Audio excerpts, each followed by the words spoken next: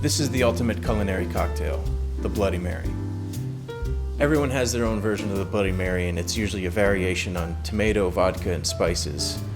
It's a drink that I'm passionate about. It's a drink that not a lot of people can make right. But when it's made right, there's nothing like it. Every Bloody Mary starts at the same base. We'll show you that and continue with my award-winning recipe. For any Bloody Mary, you're going to need some celery salt, some pepper, I like to use white pepper, some Tabasco sauce, Worcestershire sauce, tomato juice of course, some lemon, and a high-quality vodka.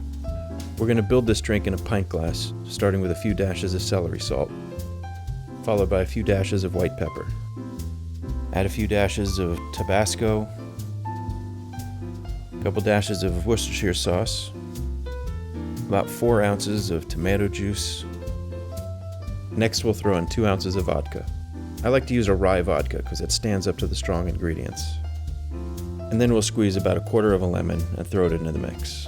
This is your classic standard base of a Bloody Mary mix. My recipe also calls for some horseradish, some pickle brine, some dill, and for garnish we'll need a spear of pickle and some bacon.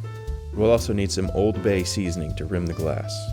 We're going to add about a teaspoon of horseradish, a few dashes of dried dill, about a ½ ounce of pickling brine.